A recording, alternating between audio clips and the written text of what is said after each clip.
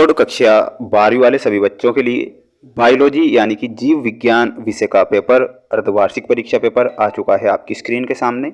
ऐसा question paper मैं आपको बता रहा हूं जो कि आपकी परीक्षा में आपको देखने को मिलेगा। प्यारे विद्यार्थियों, आप सभी को इस वीडियो को लास्ट तक देखना है क्योंकि जो पेपर बता रहा हूं डेफिनेटली आपकी परीक्षा में आपको देखने को मिलेगा। देखिएगा, क्वेश्चन आ चुके हैं आपकी स्क्रीन के सामने। प्यारे विद्यार्थियों, प्यारे साथियों, 100% प्रश्न आएगा, कोशिका का ऊर्जा गृह किसे कहते हैं। कोशिका का ऊर्जा गृह किसे कहा जाता है?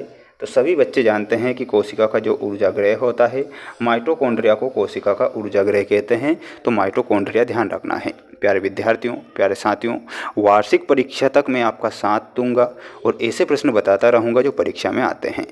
भूमिगत तना क्या है? देखिएगा, भूमिगत तना कौन सा हो जाएगा? आलू एक भूमिगत तना है, तो आपको आलू बताना है।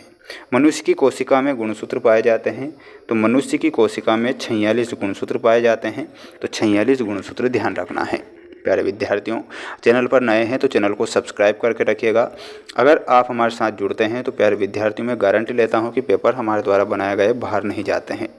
चिपको आंदोलन, सुंदरलाल बहुगुणा। हीमोग्लोबिन की कमी से कौन सा रोग होता है? तो हीमोग्लोबिन की कमी से रोग होता है रक्ताल्पता। तो रक्त की अल्पता हो जाती है, रक्त की कमी हो जाती है। सभी बच्चों को चैनल को जरूर सब्सक्राइब करना है। प्यारे विद्यार्थियों, ऐसे प्रश्न बता रहा हूं जो कि अभी तक आपको आपके स्कूल में भी ये सिलेबस कंप्लीट नहीं हुआ होगा अर्धवार्षिक का, जो मैं यहाँ पर करवा रहा हूँ। कवकों में पोषण विधि पाई जाती है, तो कवकों में मृतजीवी कोशिक पोषण विधि पाई जाती है। कैसी पाई जाती है? मृतजीवी। लिखिएगा, मृतजीवी। जल रंध्रों द्वारा की क्रिया होती है, तो जल रंध्रों के द्वारा किसकी क्रिया होती है? जल्दी से इसका आंसर कमेंट बॉक्स में बताना है आपको। रक्त एक ऊतक है, तो रक्त कैसा ऊतक है? प्यारे विद्यार्थियों, रक्त एक तरल संयोजी ऊतक है। कैसा ऊतक है? तरल संयोजी ऊतक। तरल संयोजी ऊतक बताना है। स्कर्वी रोग विटामिन सी की कमी से। हीमोफीलिया रोग, ये हीमोफीलिया जो रोग होता है वो आनुवांशिक रोग होता है। तो लिखिएगा, आनुवांशिक रोग।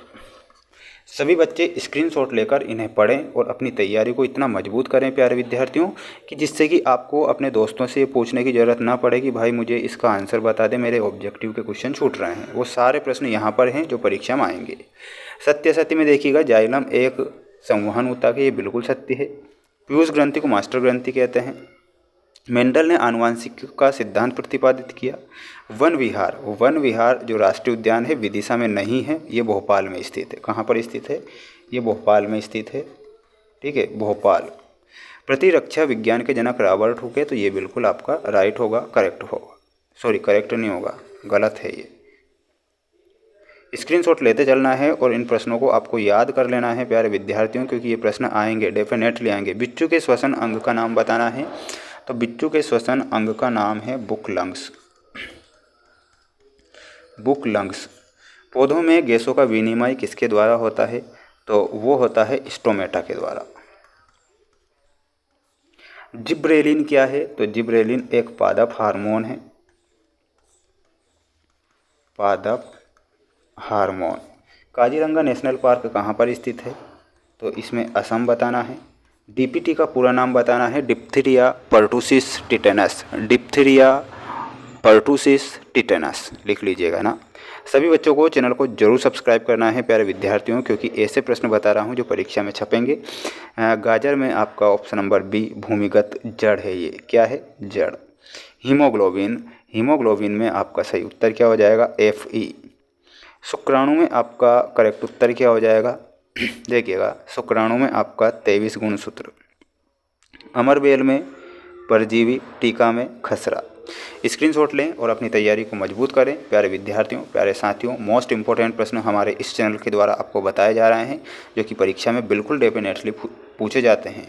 तो सभी बच्चों को हमारे साथ जुड़ना है और ये कुछ क्वेश्चन बच रहे हैं, इनके आंसर बहुत ही जल्द आएंगे आपकी परीक्षा के लिए। जय हिंद।